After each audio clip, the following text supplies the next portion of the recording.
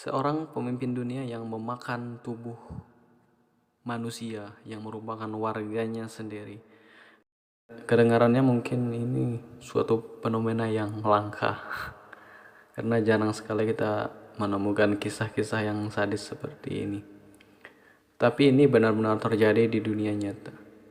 Kalau kita mendengar kata pemimpin, pikiran kita adalah seorang yang mampu, seseorang yang ditunjuk sebagai pemimpin untuk membawa negaranya, membawa kelompoknya ke kehidupan yang lebih baik. Tetapi ini malah sebaliknya. Nama pemimpin ini adalah Idi Amin. Mungkin nama yang tidak begitu populer dibanding nama-nama pemimpin dunia seperti Hitler, Stalin, Kim Jong-un, hingga Muammar Gaddafi dan masih banyak yang lainnya. Dia adalah presiden ketiga Uganda. Ia merupakan mantan penguasa Uganda sekarang. Mantan penguasa ini fenomenal gara-gara dia mewadahi sebuah gerakan teroris saat penerbangan 139 Air France dibajak, yaitu oleh para teroris dari Palestina. Kejadian ini, pembajakan ini terjadi pada tanggal 27 Juni tahun 1976. Selain itu juga pemimpin Uganda ini dia melindungi teroris dengan menyimpan pesawat di bandara miliknya, milik pribadinya. Ia juga merupakan seorang diktator dan kerap menjadikan rakyatnya sebagai kambing peliharaan yang siap untuk dieksekusi. Ia dikatakan adalah seorang kanibal karena dia kedapatan pernah menyimpan potongan tubuh manusia di kulkasnya untuk dimakan.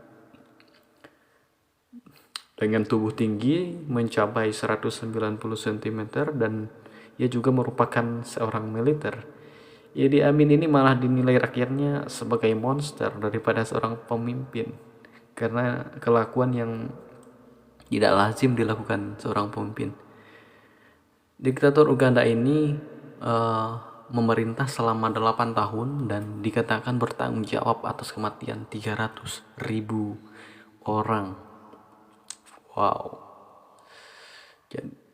Ayah dan ibunya adalah orang asli Uganda. Pada saat mudanya, Idi Amin ini namanya, pemimpin Uganda ini adalah seorang olahragawan. Bidang olahraga yang digelutinya adalah tinju, dengan perawakan tubuh yang besar, tinggi. Idi Amin ini dengan mudah merobohkan lawannya di ring tinju, sehingga ia menjadi juara tinju kelas berat di negaranya.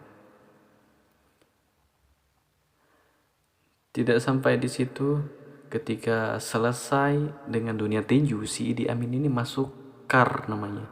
KAR ini adalah sebuah unit militer bentukan pemerintahan Inggris di Uganda. Walaupun awalnya ia menjadi koki di kesatuan itu, tukang masak, berkat prestasi tinju dan fisik tubuhnya yang tangguh, dinilai tangguh, Idi Amin ini lekas naik pangkat menjadi perwira tinggi bahkan di Uganda. Setelah Uganda ini diberi kemerdekaan oleh Inggris. Presiden Uganda saat itu adalah Milton Obote dan militer tingginya adalah Idi Amin ini yang diceritakan, yang rakus. Presiden Uganda yang kala itu Milton Obote memberikan kepercayaan kepada Idi Amin untuk menjadi panglima angkatan darat dan angkatan udara Uganda. Namun sayangnya kepercayaan itu dihianati, di mana pada tanggal 25 Januari tahun 1971 ketika Obote, presiden Uganda kala itu, pemimpin Uganda kala itu, menghadiri pertemuan negara persemakmuran Inggris di Singapura. Idi Amin lantas mengkudeta pada saat mengkudeta kursi kepemimpinan Obed. Oleh karena itu, Obed pun harus mengungsi ke negara tetangganya Tanzania untuk menyelamatkan diri dari kejaran Idi Amin ini. Selain itu, kegilaan kepemimpinan Idi Amin ini semakin menjadi-jadi, di mana pada tahun 1976 orang Palestina yang membajak pesawat tadi itu adalah milik atau penduduk atau warga orang Israel dan Yahudi. Dan Idi Amin ini melindungi pembajak ini sehingga akhirnya suatu malam saat sedang negosiasi masih berlangsung, pasukan komando Israel ini kan terbang masuk dan menyelamatkan semua kecuali satu sandera. Dia menyelamatkan warga negaranya yang disandera oleh kelompok pembajak Palestina yang dilindungi oleh pemimpin Idi Amin ini di negara Uganda.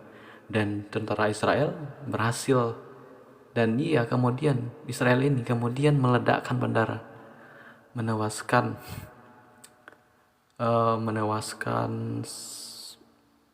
beberapa pembajak dan tentara Uganda termasuk menjadi korbannya. Ini merupakan sebuah penghinaan kepada presiden Uganda kala itu bernama Idi Amin ini.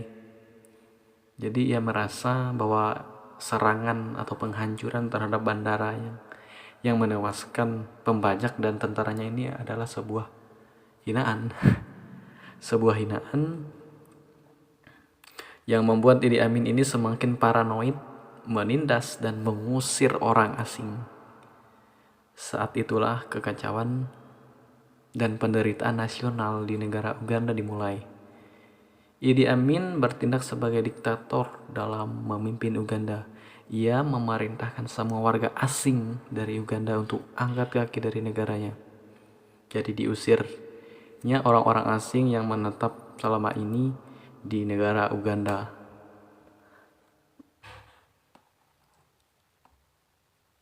Warga Inggris kala itu dan negara-negara Asia yang menetap di Uganda kalang kabut dong akibat aturan Idi Amin ini, karena jika tidak angkat kaki selama 90 hari ke depan atau 3 bulan ya kurang lebih, mereka semua akan dibantai oleh tentara Uganda. Itu adalah sebuah ancaman serius bagi kemanusiaan.